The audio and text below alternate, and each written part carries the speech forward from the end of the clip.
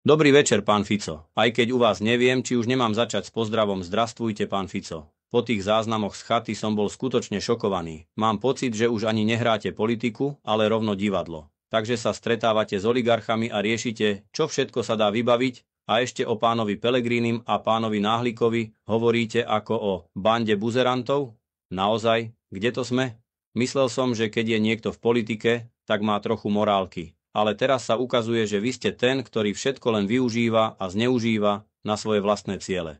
Pán Fico, čo si to dovolujete? Aby ste urážali ľudí, ktorí vám pomohli dostať sa tam, kde ste, a ešte ich verejne ponižovali, to už naozaj chce veľkú drzosť. A ešte sa to všetko dostane von. To už naozaj prekračuje všetky medze. A tie záznamy? To je fakt bombová ukážka toho, ako to naozaj funguje. A vy sa tvárite, že s tými ľuďmi nemáte nič spoločné, ale v zákulisí riešite, čo všetko sa dá spraviť. No je úplne zjavné, že sa deje niečo úplne iné, než čo tvrdíte verejnosti. A ešte k tomu sa to dostalo na verejnosť. Tak sa zamyslite, čo to všetko robí s vašim imidžom. Takže čo, pán Fico? Myslíte si, že sme hlúpi a nevidíme, čo sa deje? Rýchlo sa zobuďte, lebo ak toto budete brať na ľahkú váhu, môžeme naozaj povedať, že ste tu len na svoju vlastnú slávu. Čas na zmenu, inak skončíte ako niekto, kto sa len schováva na chate a pozerá sa, ako to všetko padá. Pekný večer prajem.